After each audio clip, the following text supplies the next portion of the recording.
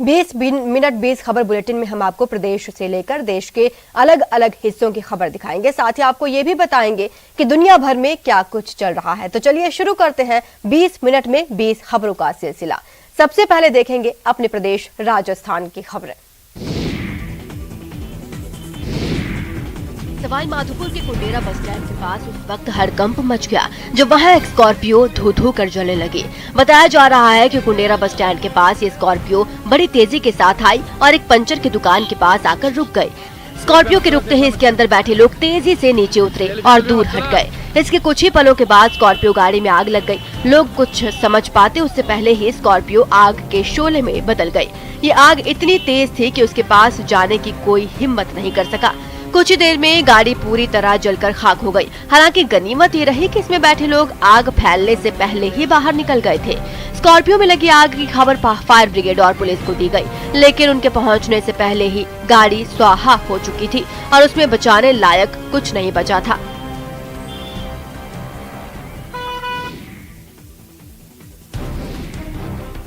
बाड़मेर से एक ऐसा वीडियो सामने आया है जिसे देखकर आपके होश उड़ जाएंगे।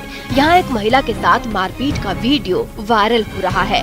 इस वीडियो में ये तो नजर आ रहा है कि आपस में कुछ महिलाएं मारपीट कर रही हैं।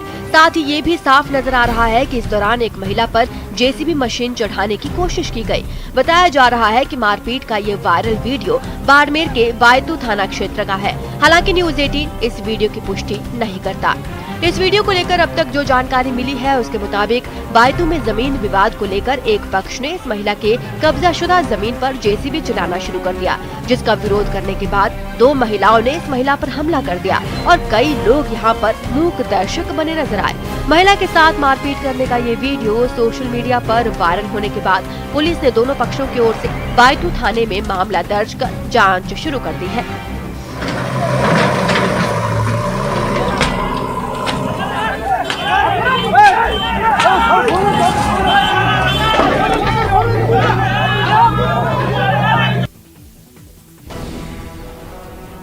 माउंट आबू में सर्दी के तेवर तेज होने लगे हैं। यहाँ बुधवार की रात पारा लुढ़क कर 4 डिग्री तक पहुँच गया। बताया जा रहा है कि ये इस सीजन की सबसे सर्द रात थी। तापमान में लगातार गिरावट की वजह से यहाँ सर्दी बढ़ती जा रही है और यहाँ की वादियों में कोहरा भी दिखाई देने लगा है। आपको बता दें, पिछले एक सप्ताह से माउंट आबू सहित पूरे जिले में सर्दी बढ़ी है। माउंट आबू में बढ़ रही सर्दी से जनजीवन भी प्रभावित हो रहा है और यहाँ तापमान गिरने से मैदानी भागों में सर्दी का असर बढ़ने लगा है। बताया जा रहा है कि आने वाले दिनों में सर्दी और तेज होने के आसार है।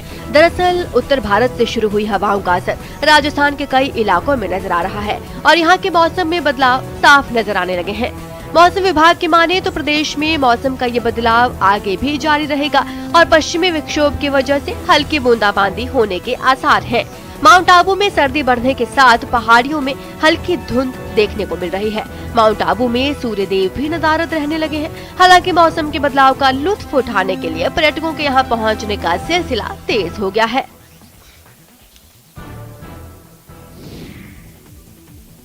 और अब देख लेते हैं कुछ अन्य राज्यों की खबरें। दिल्ली में प्रदूषण पर सरकार को सुप्रीम कोर्ट की फटकार के बाद प्रदूषण बढ़ाने वाली गाड़ियों के खिलाफ मुहिम तेज कर दी गई।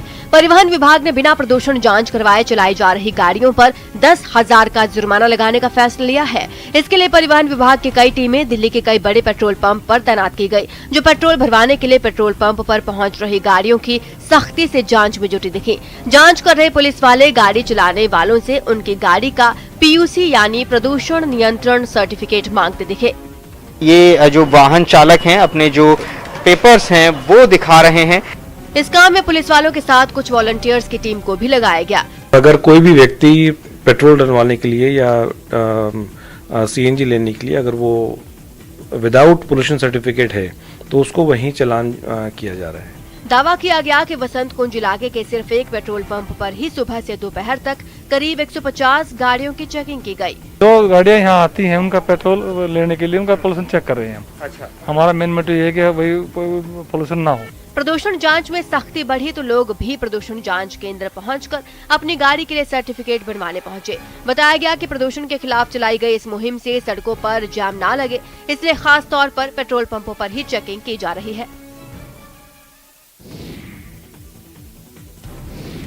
दिल्ली के वेस्ट पटेल नगर इलाके से चौंकाने वाली तस्वीरें सामने आई हैं। वहां एक महिला ने बीच सड़क पर एक कैब ड्राइवर को बुरी तरह पीट दिया। इस मारपीट का वीडियो बाद में वायरल हो गया। बताया गया कि ये घटना 3 दिन पहले की है, जब गुस्से से तमतमाई वो महिला कैब ड्राइवर पर बरस पड़ी। उसने आसपास मौजूद लोगों के सामने ही उस पर ताबड़तोड़ थप्पड़ बरसा दिए।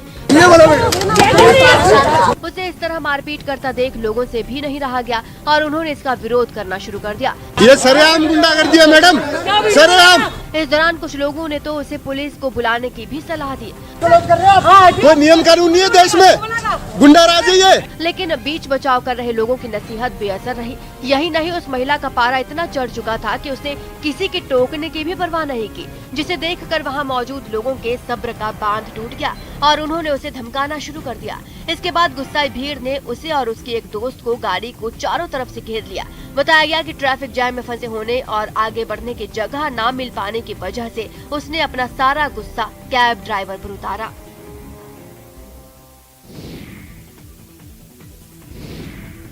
उत्तर प्रदेश के मुरादाबाद से हैरान करने वाली कुछ तस्वीरें सामने आई। वहां 10वीं क्लास में पढ़ने वाले एक छात्र के लापता होने पर बीजेपी के छात्र संगठन एबीवीपी ने स्कूल प्रशासन के खिलाफ हंगामा किया। इस स्कूल की एक टीचर पर आरोप है कि उसी ने हर्षित पांडे नाम के छात्र को स्कूल परिसर से बाहर निकाल दिया था, जिसके बाद से वो घर नहीं पहुंचा। जब इस बात को कई घंटे बीत गए तब एबीवीपी के कुछ कार्यकर्ता उस बच्चे के परिवार वालों के साथ स्कूल पहुंचे, जहां उन्होंने खूब बवाल किया। तो वहीं धरने पर बैठ गए और स्कूल प्रशासन के खिलाफ नारे लगाने लगे।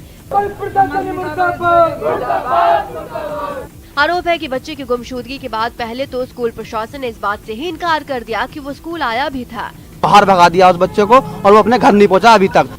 हंगामा बढ़ा तो पुलिस की टीम वहां पहुंची। पुलिस वालों ने एबीवीपी के कार्यकर्ताओं को शांत करने की कोशिश की।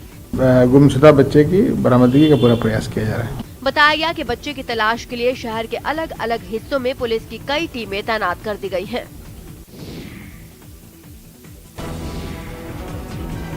उत्तर प्रदेश के झांसी में राष्ट्र रक्षा समर्पण पर्व की शुरुआत हो गई है। आजादी के अमृत महोत्सव के तहत झांसी में ये कार्यक्रम 3 दिन तक चलेगा, जिसका उद्घाटन रक्षा मंत्री राजनाथ सिंह ने किया है। इस कार्यक्रम के उद्घाटन के बाद वहां पहुंचे हथियारों की प्रदर्शनी देखने, जहां उन्होंने भारत की सुरक्षा के लिए बनाए गए हथियार जैसे कि तोप, टैंकर और मशीन गन देखी। रक्षा मंत्री ने एक मशीन गन उठाई और उससे निशाना साध कर भी देखा, जिसके बाद वो वहां मौजूद सेना के जवानों के बीच पहुंचे और गर्मजोशी से मिले। इससे पहले उन्होंने कार्यक्रम के दौरान लोगों को संबोधित करते हुए इस पर्व को देश की आन बान और शान का प्रतीक माना और सेना को आत्मनिर्भर बनाने पर जोर दिया। ऐसे हालात पैदा होंगे कि हम दुनिया के दूसरे देशों से हथियार अपने सेना के बहादुर जवानों के लिए आयात नहीं करेंगे, बल्कि भारत की धरती पर ही भारत के जवानों के हाथ वो हथियार बनाए जाएंगे।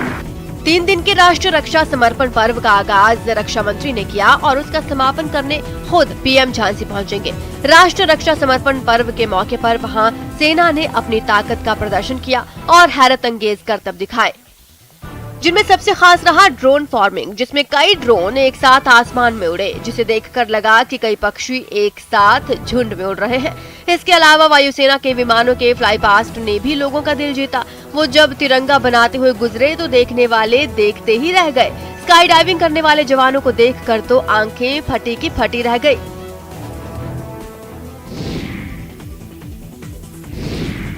1971 के भारत पाक युद्ध, मुक्ति संग्राम और बांग्लादेश को मिली आजादी के 50 साल पूरे होने के मौके पर पूरे देश में स्वर्ण जयंती वर्ष के तौर पर मनाया जा रहा है। इसी कड़ी में पश्चिम बंगाल के सिलीगुड़ी में बीएसएफ के सहायक प्रशिक्षण केंद्र में हथियारों की प्रदर्शनी लगाई गई। इस प्रदर्शनी का अवलोकन करने के लिए मुक्ति संग्राम में अहम भूमिका निभाने वाले बीएसएफ के पूर्व अधिकारी, जवान और सिलीगुड़ी के साथ साथ आसपास के क्षेत्रों से काफी संख्या में लोग पहुँचे थे। 1971 वॉर में काफ़ी कंट्रीब्यूशन रहा लिबरेशन में, मुक्ति वाहिनी को चाहे हेल्प करने में हो या दूसरी चीज़ों में हो, तो वो चीज़ को एक तरीके से यादगार स्वरूप। गौरतलब है कि 26 मार्च 1971 को बंगबंधु शेख मुजीबुर रहमान ने बांग्लादेश को एक स्वतंत्र राष्ट्र घोषित कर दिया था। उसी के बाद बांग्लादेश मुक्ति युद्ध हुआ। उसी मुक्ति संग्राम के 50 साल पूरे होने के मौके पर सीमा सुरक्षा बल की ओर से एक कार्यक्रम का आयोजन किया गया, जिसमें आम लोगों को अत्याधुनिक हथियार देखने का मौका मिला। जो हथियार है उसको हम लोगों ने लाइव नहीं देखा था, आज एकदम अपनी आंखों से पास से ही देखा। केरल के इडुक्की से डरा देने वाली तस्वीरें सामने आई हैं। वहां हाथियों के एक झुंड ने ऐसा उत्पात मचाया कि किसानों की कड़ी मेहनत मिट्टी में मिल गई। हाथियों ने यहां कई एकड़ में फैली फसल को बर्बाद कर दिया, जबकि उनके खौफ से लोग घरों में कैद हो गए और एक आदमी ने घर के अंदर से ही हाथियों के उत्पात का वीडियो बना लिया। वीडियो में साफ दिखा कि हाथियों को रोकने के लिए वन विभाग की टीम ने जैसे ही हवा में फायर किया तो हाथी डरकर भागने लगे। हाथियों को भगाने के लिए लोग भी शोर मचाते सुनाई दिए। हाथियों का झुंड जैसे ही रिहायशी इलाके की तरफ बढ़ने लगा, वन विभाग की टीम ने एक और फायर कर दिया। इसके बावजूद हाथी रिहायशी इलाके की तरफ चले गए। कुछ देर के बाद हाथी तो वहां से चले गए, लेकिन तब किसानों की केले की फसल का नुकसान हो चुका था। लोग अपनी फसलों की बर्बादी का जायजा लेते दिखे। दावा किया गया कि कई एकड़ में फैली केले की फसल तैयार होने की कगार पर थी, लेकिन हाथियों ने उसे तबाह कर दिया। हाथियों के आतंक की वजह से इलाके में दहशत का माहौल बन गया। आपको बता दें, केरल का इडुक्की जिला इलायची, काली मिर्च और चाय बागान के लिए मशहूर है और उसी जिले में पेरियार नेशनल पार्क भी है और यहाँ के हाथी पिछले 10 साल से जंगल के पास बसे गांव के लोगों की फसल ही नहीं बल्कि जिंदगी भी रौंद रहे हैं।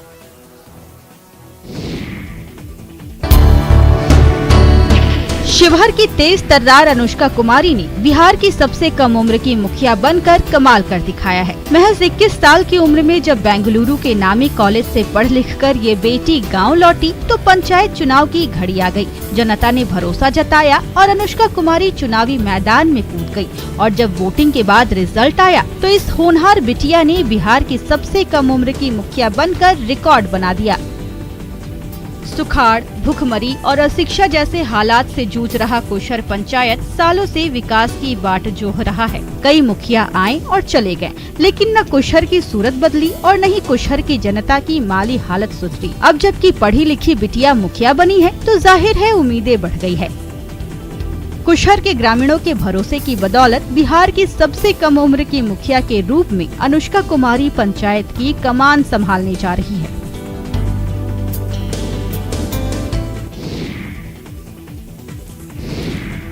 महिला सशक्तिकरण के उद्देश्य से सेना की ओर से जम्मू कश्मीर के अनंतनाग की महिलाओं को सिलाई मशीनें बांटी गई। इस दौरान सेना के जवानों ने दूर दराज से आई गरीब महिलाओं को सिलाई मशीनों के साथ साथ कपड़े भी वितरित किए। दरअसल सेना की ओर से आयोजित एक कार्यक्रम में इन महिलाओं को सिलाई कढ़ाई की ट्रेनिंग दी गई थी और ट्रेनिंग पूरा होने के बाद इन्हें सिलाई मशीनें वितरित की गयी। तो मैं शुक्रगुजार हूँ कि 90RR का कि इसने हमें 45 डेज का कोर्स दिया। मैं 90RR से बहुत शुक्रगुजार हूँ कि हमने बहुत कुछ सीखा, मतलब प्लाजो सीखा और बेल्ट वाला शलवार सीखा और फुल ड्रेस ये सीखा। मैं 90RR से बहुत शुक्रगुजार हूँ। जो यहाँ पे आर्मी वालों ने खोला था काटिंग ट्रेनिंग सेंटर, वो उससे हमें बहुत फ़ायदा मिला है और हम चाहते हैं ऐसे ही प्रोग्राम और हो, हमें ऐसे ही फ़ायदा मिले। ये सीख के हमें बहुत फ़ायदा हुआ है क्योंकि हम किसी के मोहताज नहीं रहना चाहते। अगर ऐसे ही प्रोग्राम होंगे तो हम बहुत कुछ सीख पाएंगे और हम किसी के मोहताज नहीं रहेंगे। सर,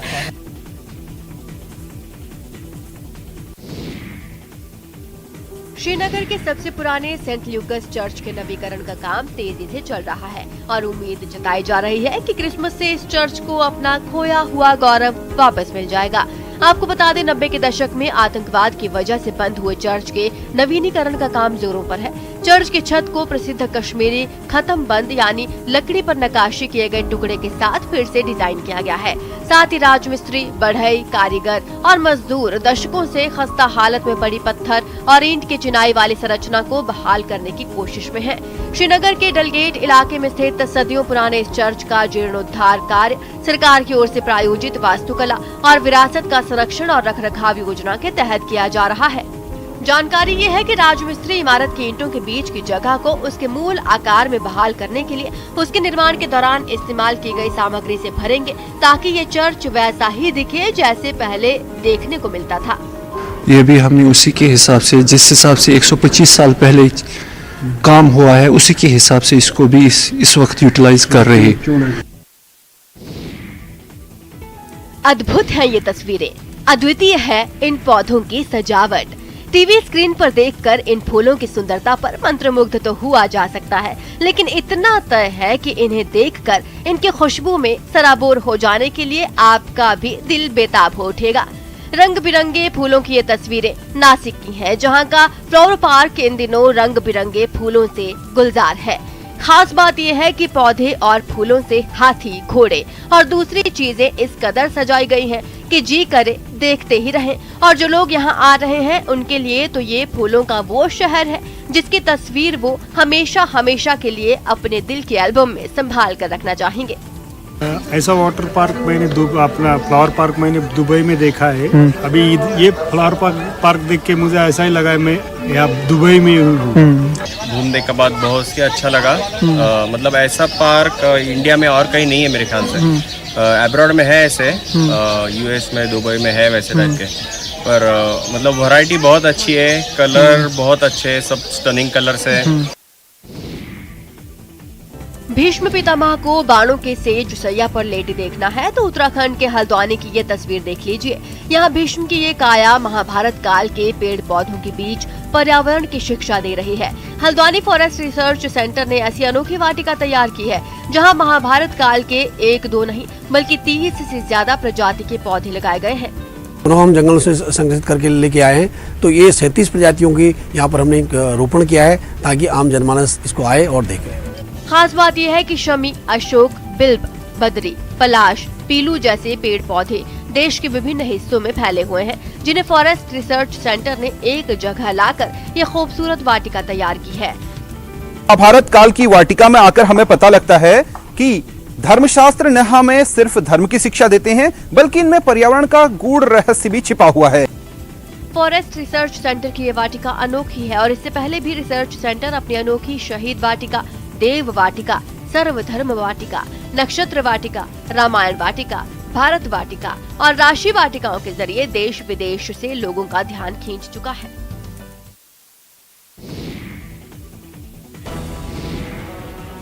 उत्तर प्रदेश के कानपुर के चिड़ियाघर में इन दिनों विदेशी पक्षी आकर्षण का केंद्र बने हुए हैं। ये पक्षी हर साल नवंबर के महीने से दूसरे देशों से पलायन करके भारत आते हैं। चिड़ियाघर प्रशासन की माने तो ज्यादातर पक्षी कंबोडिया, मंगोलिया, चीन और यूरोप से भारत आते हैं और इन विदेशी पक्षियों को देखने के लिए यहाँ लोगों की भीड़ लगी रहती है। तो यहाँ पे आपने बर्ड सेंचुरी देखी है? जी देखी। कैसी लगी? बढ़िया लगी, अच्छी लगी हम लोग को देखने में।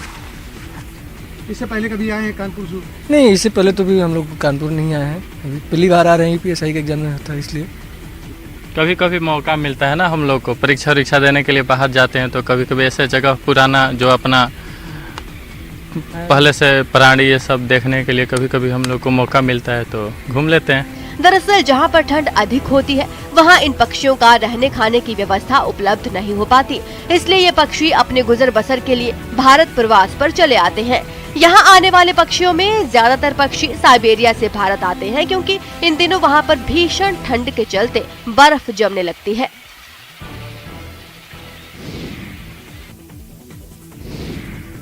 शुक्रवार को देव दीपावली के मौके को यादगार बनाने के लिए उत्तर प्रदेश के वाराणसी में प्रशासन ने खास तैयारी की है।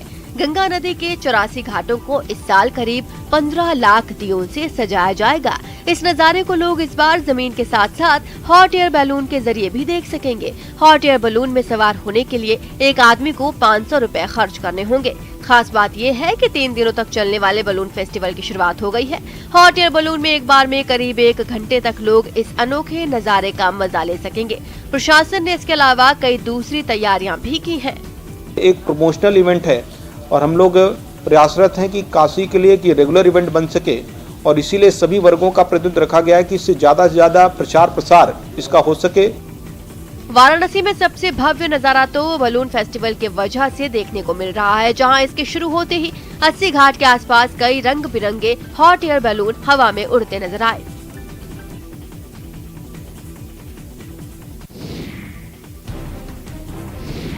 अमेरिका के वॉशिंगटन में एक तूफान की वजह से कई दिन से हो रही बारिश पर आखिरकार ब्रेक लग ही गया। हालांकि जगह जगह पानी भर जाने की वजह से लोगों का संकट बरकरार है। वहां अब भी लगभग 50,000 घरों को बिना बिजली के गुजारा करना पड़ रहा है। वहां से जो तस्वीरें सामने आई हैं, उनमें बारिश थमने के बाद भी हालात कुछ खास बदले हुए नहीं दिखे। वॉशिंगटन में जगह जगह पानी का कब्जा नजर आया। सड़कों पर सैलाब ने सितम ढाया तो लाखों की गाड़ियां जिंदा लाश बनकर रह गई। तालाब बने रास्तों पर लोगों को नावें चलानी पड़ी। खास बात यह है कि मकानों के बाहर नदी बहती दिखने लगी और मकानों के लॉन में स्विमिंग पूल बना नजर आया। मूसलाधार बारिश की वजह से एक शहर को बचाने के लिए प्रशासन को फंती नदी के किनारे दीवार बनानी पड़ गई। वहीं वॉशिंगटन से बाढ़ के बीच बचाव अभियान की सांसें अटका देने वाली तस्वीरें भी सामने आई। वहां पानी में फंसे लोगों को रेस्क्यू करने के लिए अमेरिका के कोस्ट गार्ड को मोर्चा संभालना पड़ा, जिन्होंने हेलीकॉप्टर्स तक काम पर लगा दिए। सिर्फ बाढ़ ही नहीं बल्कि तेज बारिश की वजह से आए कीचड़ के सैलाब ने खूब कहर ढाया। राज्य का एक अहम हाईवे बंद करना पड़ा क्योंकि मलबा सड़क पर आ धमका, जिसने लाखों की गाड़ियों का ऐसा कचूमर निकाला कि वो कबाड़ ही बन गए।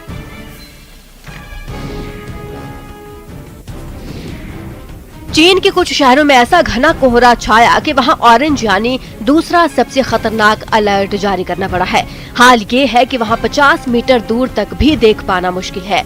ऐसे में जो लोग सड़कों पर निकले उनके तो शामत ही आ गई। चीन के पूर्व में मौजूद शानडोंग प्रांत में धुंध की ऐसी मोटी चादर बिछ गई कि आंखों ने काम करना ही बंद कर दिया। तस्वीरें देखकर ऐसा लगा मानो कैमरा बादलों के बीच घुस गया हो और सामने कुछ नजर न आ रहा हो। आसमान छूती जो इमारतें दूर से ही दिख जाती थी वो तक गायब हो गई। लोगों को दिन में ही अपनी गाड़ियों की हेडलाइट जलानी पड़ी और हवा से बातें करने वाली कारें सांप की तरह रेंगने लगी। बताया गया कि जहां लोग 20 मिनट में अपने दफ्तर पहुंच जाया करते थे, धुंध ने उनकी ड्राइविंग की रफ्तार पर ऐसी लगाम लगाई कि उन्हें सफर तय करने में 40 मिनट तक लग गए।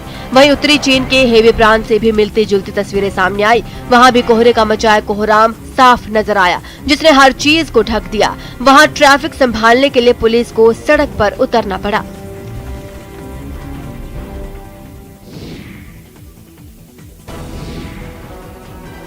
इस साल हुए 18वें गिनीज वर्ल्ड रिकॉर्ड्स डे के लिए दुनिया भर के देशों में कई नए विश्व रिकॉर्ड्स बने और कई पुराने रिकॉर्ड्स टूटे।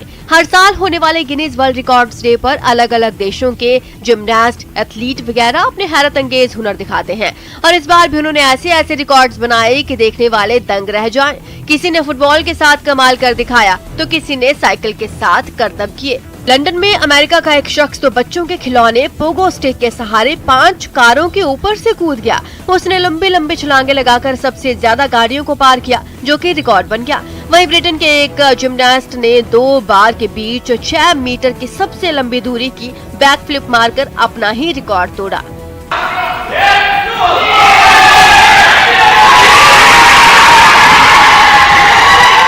उधर चीन में 70 किलो के वजन वाला एक टीचर 1 टन से भारी गाड़ी को खींचता दिखा, लेकिन इस दौरान वो अपने पैरों पर नहीं बल्कि हाथों के बल चलता नजर आया। उसकी कमर पर रस्सी बांध दी गई और रस्सी से कार महज 1 मिनट 13 सेकंड में चीन के शख्स ने सबसे तेजी से 50 मीटर तक कार खींची।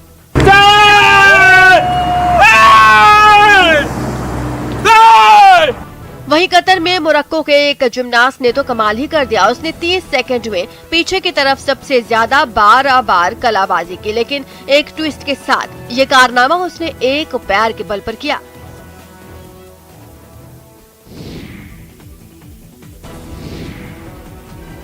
मिस्र के अबू गोराब रेगिस्तान में 4500 साल पुराने सूर्य मंदिर मिलने से लोग हैरान हो गए हैं।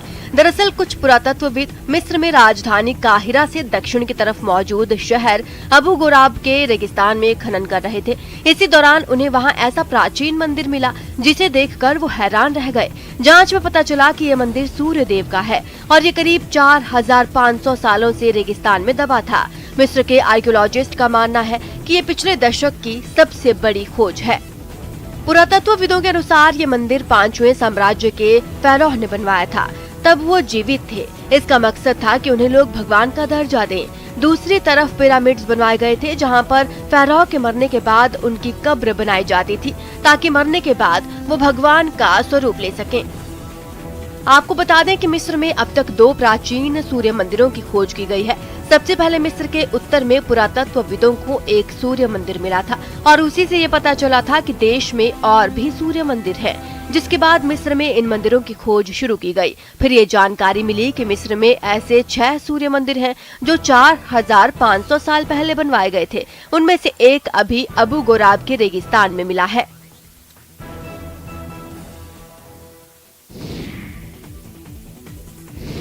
सीएम अशोक गहलोत धौलपुर पहुंचे हैं। आपको दिखाते हैं सीधा प्रसारण। ये लाइव तस्वीरें आप देख रहे हैं धौलपुर से, जहां सीएम अशोक गहलोत पहुंचे हैं प्रशासन गांव शहरों के संग अभियान के शिविर का जायजा लेने के लिए। पिछले कुछ दिनों से लगातार सीएम अशोक गहलोत का दौरा जारी है। आज 4 जिलों के दौरे पर हैं सीएम अशोक गहलोत और इन्हीं दौरों के चलते धौलपुर पहुंचे हैं, जहां पर शिविर में जायजा लेंगे। ये तस्वीरें आप देख रहे हैं प्रशासन गांव के संग अभियान के तहत लगे शिविर के, जहां पर जनता आम लोग ग्रामीण पहुंचे हुए हैं। सुरक्षा के पुख्ता इंतजाम किए गए हैं, तमाम व्यवस्थाएं यहां पर की गई हैं और सीएम अशोक गहलोत धौलपुर पहुंच चुके हैं। कुछ ही देर में सीएम फीडबैक लेंगे और उसके बाद जनसभा को संबोधित करेंगे।